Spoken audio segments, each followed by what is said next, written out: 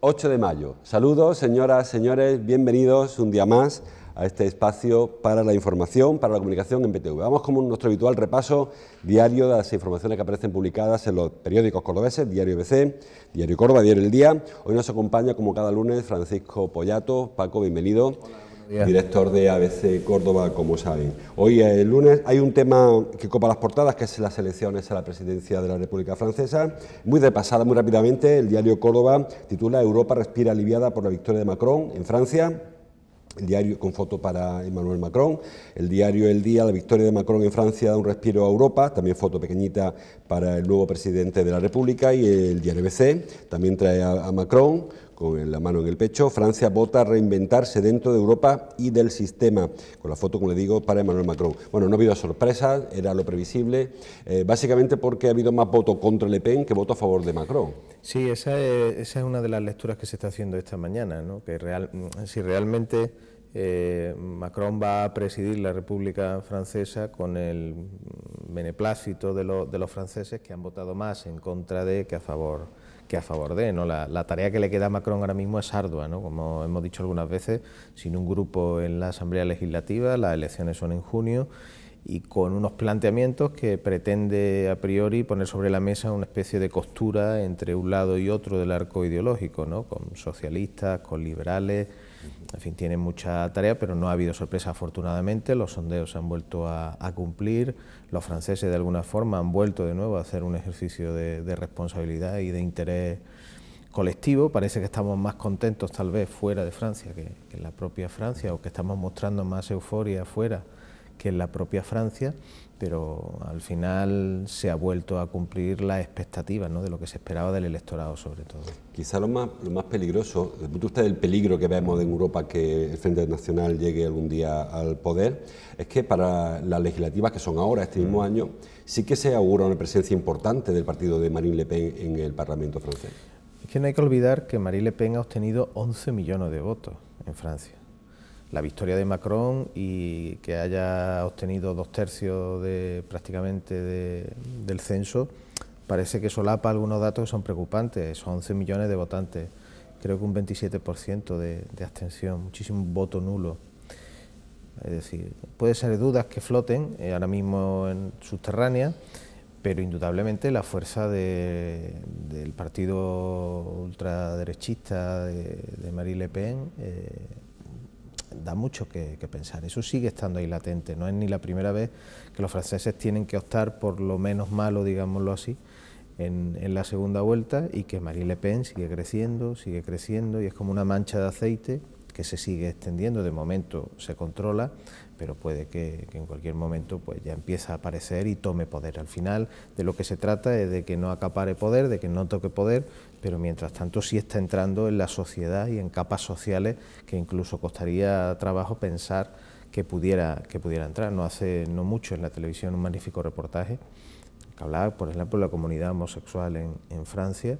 1 de cada 3 homosexuales era votante de Le Pen. O sea, es un dato que uno se lo dicen y no se lo cree, pero es decir que se espera, pero ¿no? es así. Es decir, hay una fuerza de Le Pen, no vamos a decir oculta, pero que no está ahora mismo en la poltrona, en el poder, en la toma de decisión diaria, que debe seguir preocupando a los franceses, aunque evidentemente este match point lo han sorteado de manera solvente. Luego, en la segunda conclusión, en la última que vamos a hacer ya, es el retraimiento de las formaciones tradicionales, tanto la de centro-izquierda como la de centro-derecha, que por primera vez en la historia de la Quinta República no han llegado uno de los dos a la fase final, a este playoff último, y que además con malas perspectivas para la legislativa y malas perspectivas en general. Sí, bueno, se ha venido hablando de que Macron no ha dejado de ser una operación de ultimísima hora para intentar salvar los muebles. Una decisión del Partido Socialista, una gravísima crisis del Partido Socialista. De hecho, ahora vamos a ver qué hace Macron para optar a esas legislativas. Probablemente estemos ante una refundación del Partido Socialista a marcha forzada para intentar poner un pilar y una solidez a esta nueva andadura del presidente de la República. Tenemos que ver qué primer ministro o qué primera ministro va a elegir. Es decir, ahora mismo los partidos tradicionales están rotos en Francia. Su planteamiento es un planteamiento hacia el centro. Es un político que en lo social parece socialdemócrata, pero en lo político parece liberal. Pretende, como decía, crear una costura, un armazón complicada también, uniendo a dos sectores que están en crisis. Que le queda mucha tarea y le queda muchísimo por hacer y bueno, vamos a ver cómo se las va desenvolviendo. Pero en Albert Rivera, bueno, eso es lo que se ha dicho. Encontró mejor hueco que porque había más debilidad quizá en el partido francés. Yo creo que esa es una de las diferencias. Es decir, aquí en España no tenemos un partido como el de Le Pen. Es verdad que el ascenso de Podemos, el populismo de Iglesias podría considerarse un extremo. Es un extremo. Pero ese escenario no es el que hay aquí. Es verdad que el PSOE está muy tocado, no tanto como en Francia. El Partido Popular está aguantando muy bien las embestidas de la corrupción y la crisis, y ahí sigue y ha ganado unas elecciones. Es verdad que se le puso rápidamente la etiqueta de un Albert Rivera, un poco tanto por la juventud como por esos planteamientos socialdemócratas y liberales que también Albert Rivera lleva. Pero yo creo que hay diferencias importantes. Bueno, vamos con lo local. Hay poca información local. El lunes, la única foto local que aparece en los diarios cordobeses es para el fútbol. Ayer el Córdoba cayó, como saben ya, en Getafe. Dice el diario El Día, otro drama cerca al abismo, también muy catastrófico, muy apocalíptico, el diario ABC. El Córdoba entra en pánico, titula en la página 2 del diario de Grupo Vocento, y el diario Córdoba. El Córdoba cae en Getafe y sigue sin dar señales de vida, que quizás sea lo más grave, ¿no? Lo que no da señales de vida. Sí, es que es muy preocupante que a 5 jornadas del final el equipo no muestra argumentos suficientes para creer en que la salvación está ahí y es fácil, ¿no? Sobre todo porque ayer parece que hubo un nuevo vaivén por parte del entrenador con una serie de probaturas en el 11. Es cierto que se enfrentó a un equipo que se está jugando el ascenso, como el Getafe, que hasta decían que había más público en el estadio del Getafe que cuando el Madrid juega en primera división contra el Getafe, ¿no? Lo cual habla ya del momento que vive ese equipo. Pero el Córdoba está en una senda muy irregular, ¿no? Combina buenas fases de buenos minutos, el anterior partido en casa que tenía asegurada la victoria con el colista se deja empatar, al final de estos 6 puntos pues solamente ha conseguido 1, y eso ¿qué ocurre? Pues que te lleva a la situación en la que está ahora mismo, que está empatado a 42 puntos, hay un grupo de 5 equipos empatados a 42 puntos, pero que perfectamente podría estar en zona de descenso, no lo está quizás por el average, que puede ser más positivo que el resto de competidores, pero quedan 15 puntos, hay 5 o 6 equipos empatados que se están jugando el descenso y entramos en una situación, como decíamos nosotros en el titular, de auténtico pánico, porque es que lo que se está jugando es algo catastrófico, que es bajar a Segunda División B. Claro, decía Paco que no era el mejor el rival para la remontada, pero es que ya no hay rivales buenos para la remontada, porque lo que llega o se está jugando el descenso claro, o el ascenso, a excepción del Reus, que es el rival que viene, que sí que está entero de nadie, que parece que el Reus puede ser un... Sí, pero se está jugando matemáticamente la permanencia, y si gana esta semana aquí en Córdoba, pues ya la tiene asegurada, no va a dejar escapar una semana más. Todos los equipos se están jugando mucho, salvo ya en la última jornada o en la penúltima, salvo el Levante, que ya está ascendido matemáticamente, o el Girona, que probablemente es nuestro último rival y que ya esté ascendido, pero ahora mismo es que en una liga tan igualada todos se juegan algo, y ese es el problema, que el Córdoba no está mostrando solidez suficiente para intentar sortear una situación cada vez más complicada.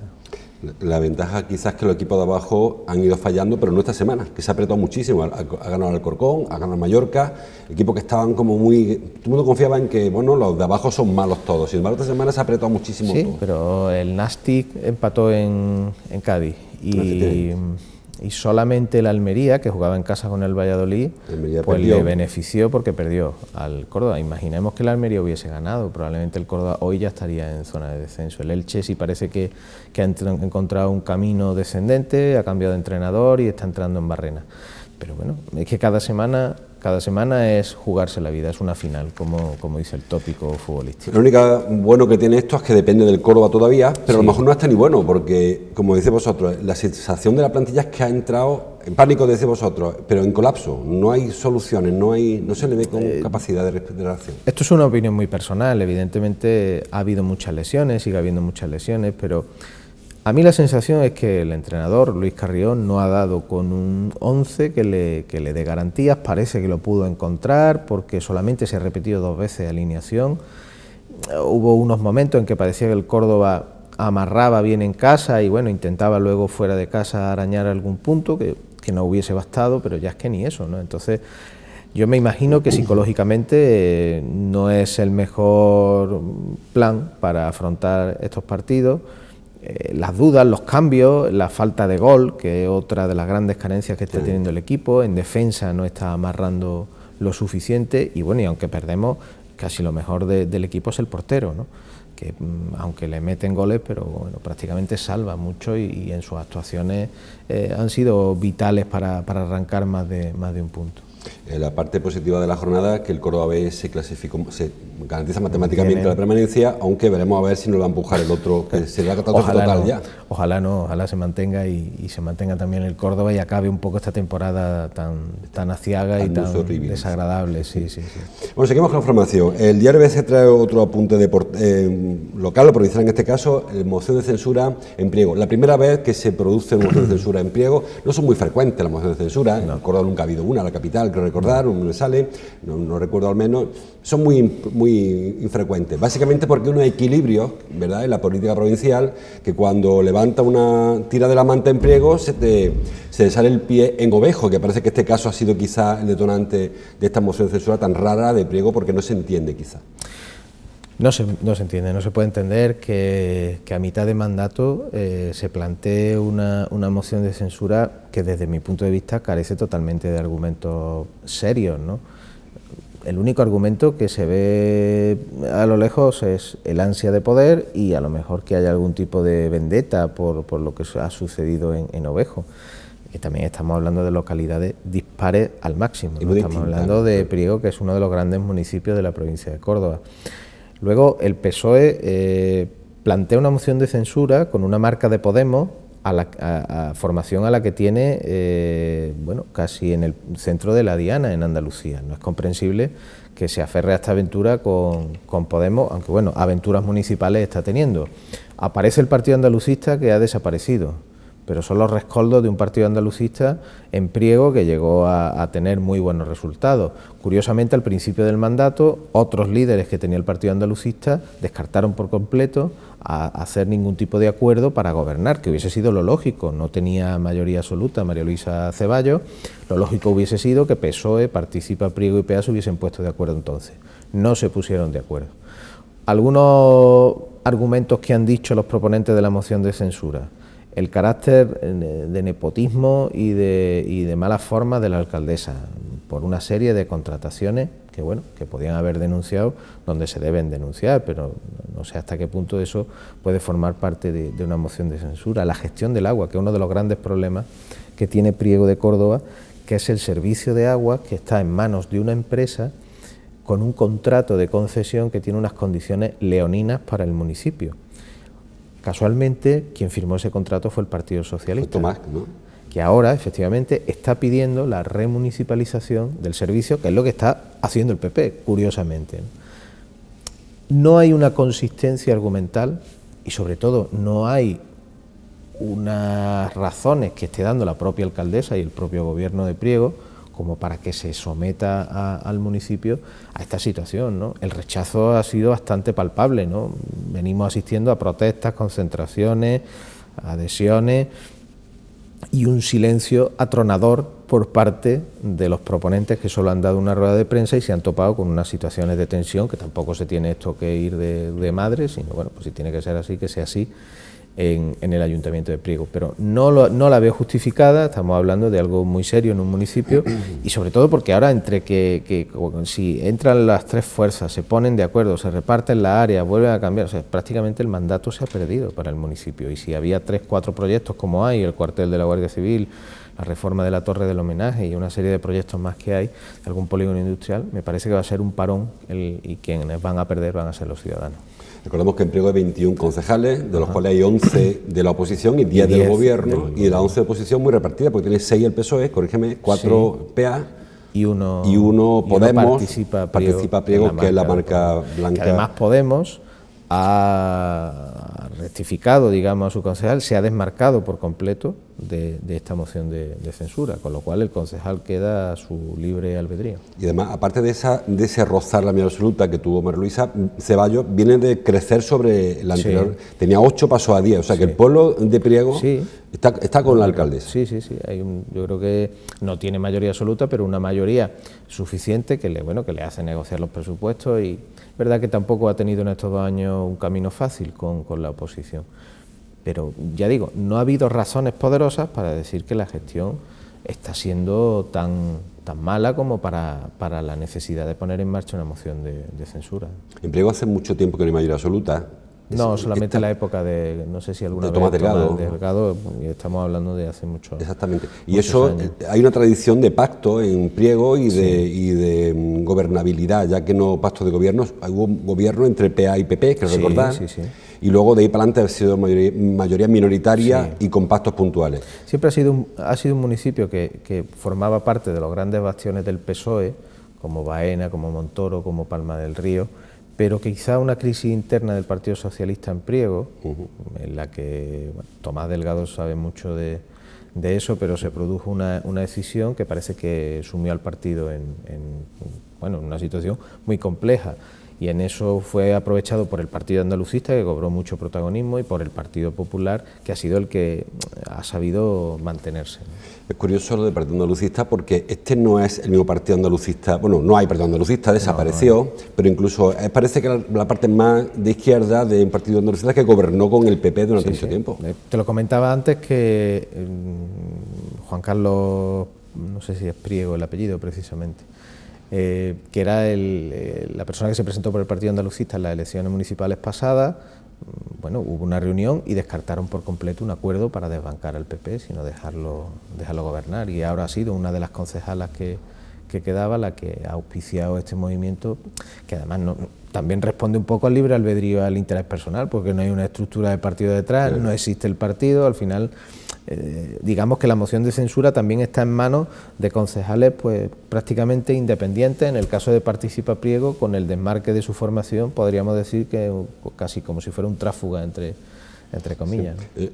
Tampoco se entiende por parte de Mármol, por el que va a ser alcalde a partir de hoy, si no pasa nada raro, porque ahora en esta etapa, esta fase de los mandatos municipales, se están rompiendo los acuerdos. Realmente en Córdoba ya se ve cómo se va desmembrando poco a poco el pacto de gobierno, buscando cada cual posicionarse.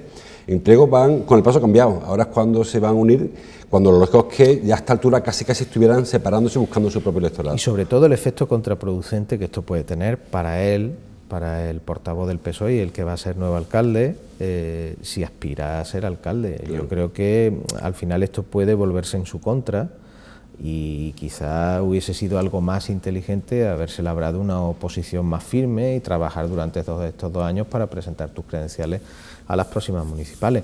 Por cierto, el señor Mármol ha dicho que no va a renunciar a ser senador, va a seguir siendo senador y alcalde en Priego, teniendo que lidiar con 2 formaciones más, lo cual, bueno, esperemos que tenga unas grandes dotes de convencimiento y de trabajo, que serán muy importantes en este caso. Se le criticó a Ceballos que al principio del mandato también compaginaba presidencia de Diputación, alcaldía de Priego, además también le pilló una etapa en la que era senadora, creo. Diputada. Sí, pero ha ido renunciando a todo, al final ha renunciado a todo y se ha quedado en Priego, ¿no? Bueno, seguimos avanzando. Hay poca información local, un par de referencias. El diario BC también trae su portada, que la 4ª parte de los puestos de trabajo que ofertan las oficinas del paro se quedan sin cubrir. Algo que es sorprendente, pero también puede ser comprensible porque, por buscar un argumento, porque se ofrece trabajo muy precario, más que precario en los sueldos, precario en general, en la temporalidad, en los horarios. No se propone trabajo de calidad. A bote pronto choca mucho en una provincia como Córdoba, con casi un 30% de tasa de paro, se quede una de cada 4 ofertas de empleo que saca el Servicio Andaluz de Empleo se queden sobre la mesa. Bueno, choca bastante, ¿no? Si hay tanto paro, ¿cómo es posible que se queden ofertas de empleo sin cubrir? Luego hay una segunda lectura. Efectivamente se trata de ofertas de empleo que se concentran en sectores como el campo, la hostelería y las empleadas de hogar o los empleados de hogar. Evidentemente ahí hay pues menos estabilidad, peores sueldos, y a lo mejor son ofertas que no convencen a la persona o a los desempleados, en este caso, que pueden estar interesados. La razón que esgrime la Junta es que finalmente la última palabra la tiene el empleador, entre comillas, que es quien le puede pedir al SAE que le busque a una serie de desempleados, porque no le cuadre el perfil. Pero yo me inclinaría más, y así en la información que hoy publicamos, así se manifiestan los sindicatos, incluso algunos representantes empresariales, que parece que esté más relacionado con el tipo de trabajo, que por otra parte parece bastante lógico, porque en una provincia como Córdoba, donde el campo, hay 6 meses del campo, que es el que sube y baja el mercado laboral y el turismo, o la hostelería y los servicios, que es el otro gran bastión, pues puede que ahí es donde se produzca una mayor precariedad y se pueda elegir, entre comillas, ese u otro puesto de trabajo.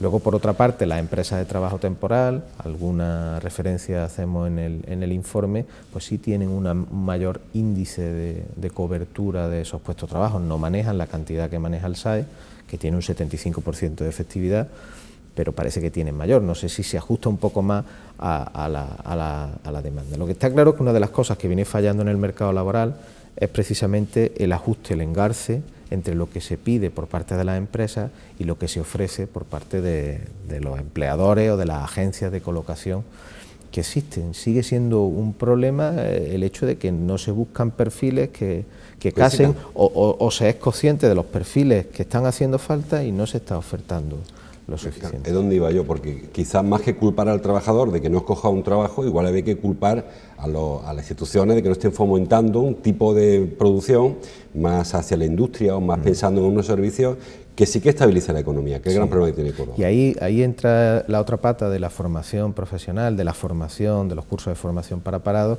que es otro caballo de batalla, ¿no? Que muchas veces se invierte mucho dinero en cursos de formación y en formar en unas tareas y en unas labores que luego no se ajustan a lo que el mercado laboral está pidiendo. El mercado laboral en estos momentos es un mercado laboral que cambia con mucha facilidad y muy rápidamente. Sí. No es el mercado laboral de hace 30 o 40 años, donde parece que las profesiones estaban muy bien tasadas, muy bien repartidas y no se movían. Y ahora van saliendo tipos de puestos de trabajo pues prácticamente cada semana, que requiere una serie de requisitos pues que probablemente personas que lleven mucho tiempo en el INEM, como se suele decir, apuntada, pues no den el perfil y probablemente el empleador pues diga que no le sirve y sea una frustración para la persona que no puede encontrar trabajo. Claro, a lo mejor este concepto del escayolista, del alicatador, claro, del soldador... Son oficios que están ahí, se van perdiendo, también la crisis influyó mucho en el sector de la construcción, que se perdieran, son personas que a lo mejor no se han reciclado y ahora pues no hay tanta demanda de escayolistas, de fontaneros y lo hay de otra cosa, en la que a lo mejor pues no estamos preparados. Bueno, hablando de economía, dice el diario Córdoba que solo, aunque el titular es un poco engañoso, dice solo 1 de cada 3 cordobeses ha reservado sus vacaciones. Luego en el artículo dice ya han reservado, o sea que se puede medio llenar o medio vacía la botella, porque ha crecido el número de personas que reservan las vacaciones con anticipación.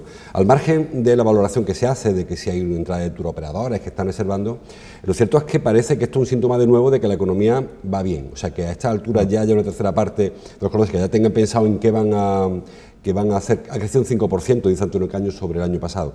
Parece que es un buen síntoma de que el consumo se va recuperando. Yo creo que es una tendencia que ya lleva algún tiempo produciéndose, pero por el hecho de que precisamente en esa antelación hay una oferta importante y descuentos importantes. Sí, pero me refería, Paco, a que si no sabes si va a trabajar, aunque sea barato, no contrata. Por supuesto, evidentemente, claro. El hecho de que tú ya planifiques y asumas la contratación de un viaje es porque tienes recursos para hacerlo. Esa es la primera lectura. Pero probablemente también se trate de personas que antes iban de vacaciones y que lo único que han hecho es cambiar su hábito de contratación. Que estamos hablando de los mismos que se iban antes de vacaciones y lo contrataban en junio, que a lo mejor ahora lo contratan en marzo, pero se han dado cuenta de que si quieren hacer un crucero están más baratos, de que si quieren hacer un viaje largo están más baratos que no contratados en esos meses. Luego está la otra parte, aquellos que aguantan un poco más a última hora porque puede haber alguna cancelación o puede haber también buenos precios, ¿no? Pero evidentemente sí, este es uno de los indicadores que apunta que bueno, poco a poco se va recuperando y va habiendo algo más de poder adquisitivo en los hogares. En cuanto a destino, lo de siempre, Costa del Sol, la mitad del turismo de playa nos vamos a Fuengirola. Qué sorpresa, una sorpresa. Algún crucero por el Mediterráneo, Baleares, Canarias, tampoco ha habido mucha es cierto que probablemente por la cabeza de todos nosotros pasa lo que sucede desgraciadamente en el mundo, ¿no? no está exenta ninguna ciudad ya prácticamente de ese temor que... Eso supongo que tiene que influir a la hora de tomar estas decisiones, ¿no? Sí, se ve más seguro uno en los boliches que no en Estambul, básicamente. Puede ser, puede ser. Otro asunto, volviendo a la política, lo traen los periódicos más claro o menos claro. Digo, en las portadas, hoy se celebra reunión del PP para elegir compromisarios y para elegir precandidatos o precandidato, porque en principio votan dos cosas, según tengo entendido. Sí. Tanto los compromisarios para el Congreso el día 3 de junio, donde se elegirá el secretario presidente provincial, y también se va a elegir precandidato con la opción de descartar uno, Sí. si el que ganara de los dos consiguiera unos números. Hoy es posible que conozcamos al presidente del PP en Córdoba. Sí. Pues en los nuevos estatutos del PP crean como una especie de primera vuelta, de primaria interna, que no me parece mal porque ha habido oportunidad para que todos los afiliados se apunten para votar a los candidatos. Si se da la circunstancia de que uno de ellos saca más de la mitad de los votos y una distancia de 15 puntos respecto al segundo, automáticamente es el único candidato que acude al Congreso, con lo cual se puede decir que sería el presidente in pectore. Con ese planteamiento no es muy difícil aventurar que a lo mejor nos encontramos que Adolfo Molina se convierte hoy en el presidente in pectore. ¿Por qué? Pues porque en la presentación de avales hubo una diferencia enorme con la otra candidata, con Rosario Alarcón, casi quintuplicaba el número de avales, y porque en el número de afiliados que se han apuntado para votar esta tarde, bueno, durante todo el día, que han sido 2.100 al final, también ha habido una diferencia casi en la misma proporción que en los avales. Luego puede pasar de todo, el voto secreto y a lo mejor quien te ha prometido que te va a votar no te vota. Pero si se mantienen esas proporciones, supera esos requisitos que se exigen en los estatutos de más de la mitad del voto con 15 puntos de diferencia respecto a... Claro. al otro. Si hay 2.100 votantes hoy y ya sería, tiene 1.600, claro, le sobran, y Rosario no llegaría al 35%, claro, si solamente la votaran quienes la avalaron primero. Exactamente. Se ha dicho que de esos 2.100, unos 1.700 han podido ser aportados por Adolfo, con lo cual estamos hablando de más de la mitad, y el resto sería de Rosario Alarcón, con lo cual se cumplirían los dos requisitos. Pero bueno, puede haber sorpresas y vamos a ver qué es lo que sucede. Lo que me sorprende quizá de este proceso congresual del Partido Popular es esa etiqueta de crítica que se le ha colocado a Rosario Alarcón, que no se le conocía hasta... Siempre ha sido una política que ha estado muy en la línea oficial del partido, es una persona muy cercana a Juanma Moreno, sí, quizás más cercana que el propio Adolfo. Y sin embargo, quizás se ha colocado ahí un poco en plan francés, ¿no?, por oposición al sector oficial. Bueno, siempre se le pone la etiqueta de crítico al que se pone frente al oficialista. En este caso, la línea oficialista en Córdoba es la de José Antonio Nieto, la de Adolfo, que ha sido su secretario general, en contraposición además a la línea del secretario general. Como Moreno. Es decir, digamos que en Córdoba serían críticos con la línea oficial en Andalucía, y en Córdoba la línea oficial de Andalucía sería la crítica con respecto a la dirección provincial, ¿no?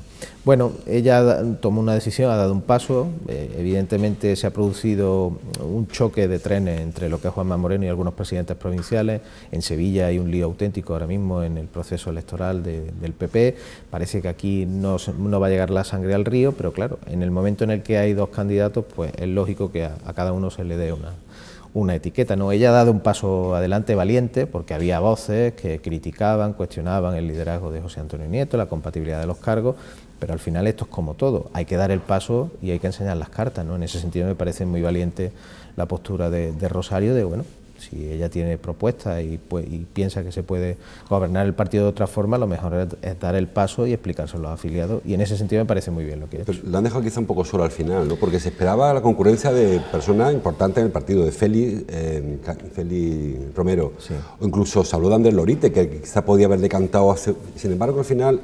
Bueno, puede que hayan medido su fuerza, que hayan medido sus pasos, que hayan mirado un poquito más hacia adelante y hayan pensado que no era el momento de salir, ¿no? Porque evidentemente luego esto tiene un coste político si claro, pierde. Eso desgraciadamente es así, aunque no creo que vaya a haber vendetta. Conociendo como conozco a Adolfo Molina, no es persona de ese tipo de acciones. Sí, pero al final, ya lo que pasó con Errejón, al final perder un congreso... Bueno, por supuesto. Significa el descalabro. El paso se da con todas sus consecuencias.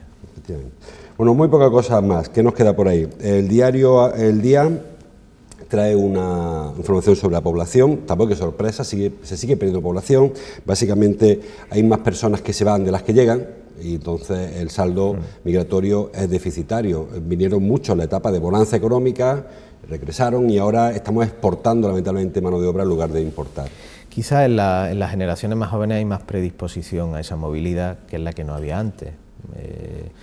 Si a eso se le suma que hay dificultades para encontrar trabajo, tenemos una tasa de paro del 30%, todas esas cosas chirrían, pero la movilidad laboral está rompiendo muchas barreras de las que vienen las generaciones jóvenes, lo cual no quiere decir que haya casos en Córdoba muy significativos.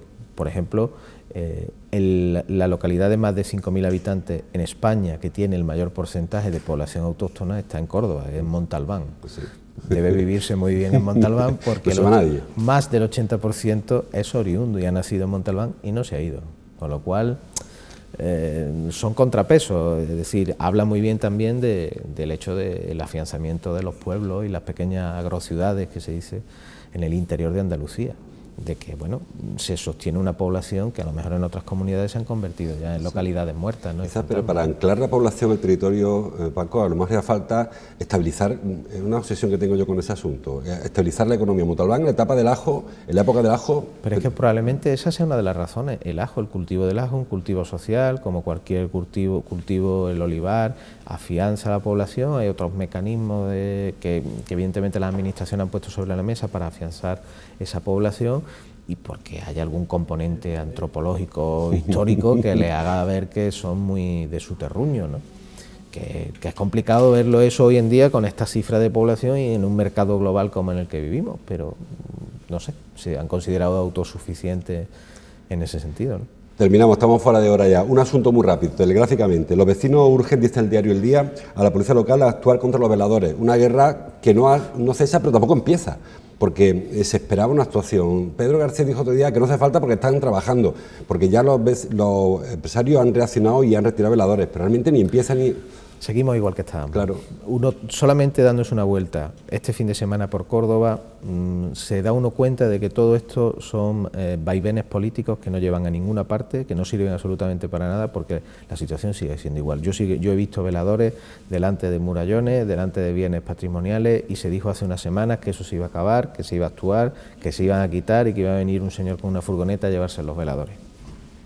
Todo igual. Siga amontonando las mesas por la noche delante de la iglesia, igual. Todo igual, o sea, yo creo que es mejor, si no vas a hacer nada, ahorrar palabrería, y si lo vas a hacer, pues asumir el riesgo y la decisión política de hacerlo. Quizás hay falta de valentía política o falta de querer complicarse la vida, ¿no? O sea, porque...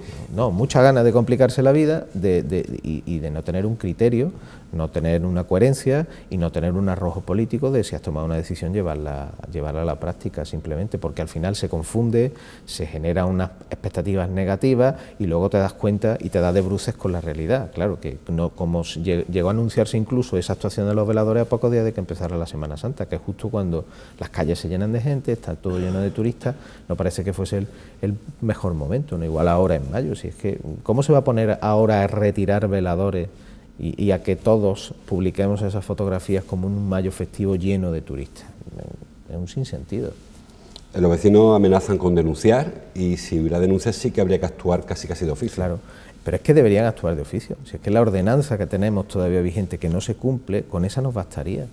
Y se cumple y que vayan, miren si tienen más veladores, los multen y bueno, y se intente conciliar los intereses de uno y los intereses de otro. Pero es que andamos siempre por delante, planificando por delante, pero no se hace absolutamente nada.